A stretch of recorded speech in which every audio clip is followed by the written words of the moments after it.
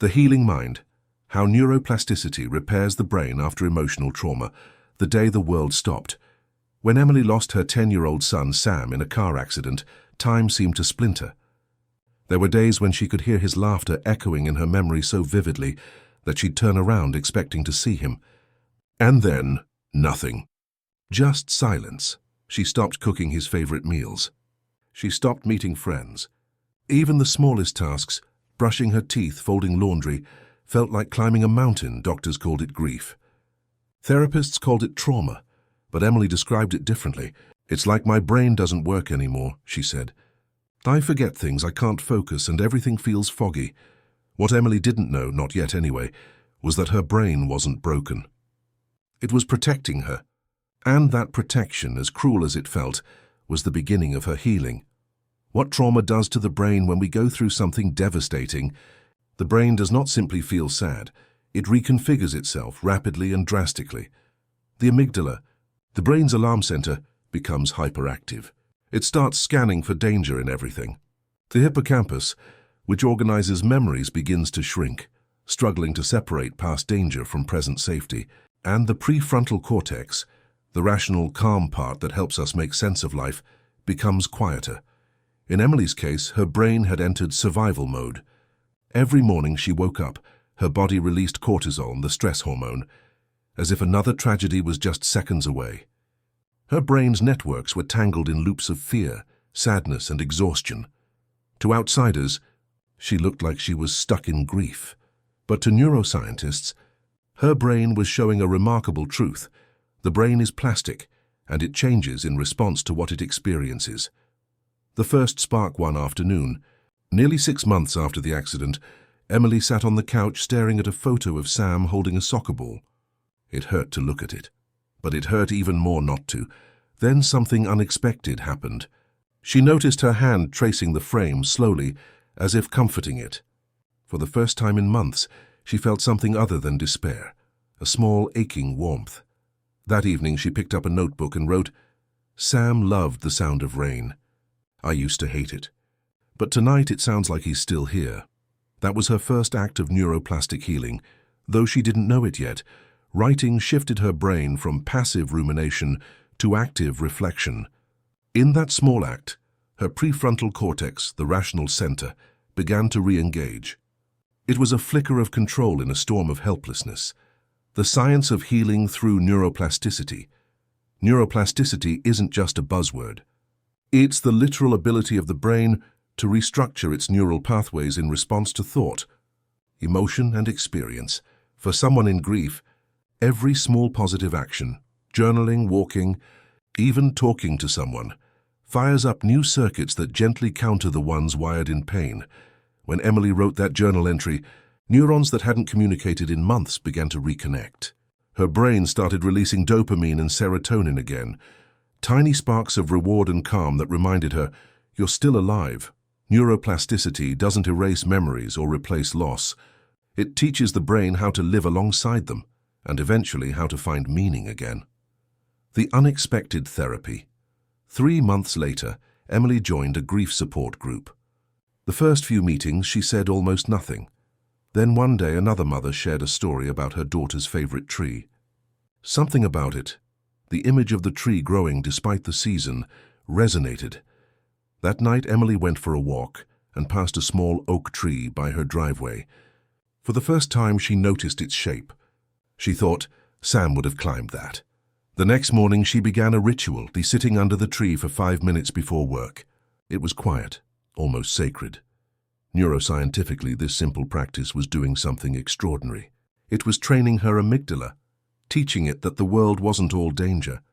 Each quiet moment under that tree helped her nervous system relearn safety. The hippocampus, too, was quietly repairing and slowly, stitching the past and present back together. The mirror neurons of connection, one of the most powerful discoveries in neuroscience, is that our brains learn and heal through others. Mirror neurons, special brain cells, fire not just when we act, but when we observe someone else acting. That's why seeing someone smile can make you smile, or watching someone cry can bring tears to your eyes. In Emily's group, when another parent expressed hope, Her own mirror neurons reflected that emotion back. It was as if her brain was borrowing healing from those around her. That's how empathy rewires trauma. Connection reminds the brain it's not alone. And loneliness over time starts to fade, reclaiming the mind about. A year after losing Sam, Emily noticed something she hadn't in a long time: curiosity. She wanted to learn, to read, to cook again. Each time she practiced something new, her brain fired fresh circuits, strengthening neuroplasticity and stimulating the growth of new connections, especially in the prefrontal cortex. One day, she bought paints. She didn't know why. Maybe she just wanted color again. She began to paint abstract scenes, swirls of blue and gold. At first, it was chaotic. Then, slowly, it became beautiful. Studies show that creative expression, painting, music, dancing, boosts neuroplasticity by merging emotion with sensory experience. For Emily, painting wasn't about art. It was about giving her pain a place to live that wasn't inside her body anymore. She was literally externalizing her trauma, freeing her brain from reliving it. Grief and the default mode network in neuroscience. There's something called the default mode network, DMN, the brain's background thinking system. It's what activates when your mind wanders or reflects inward.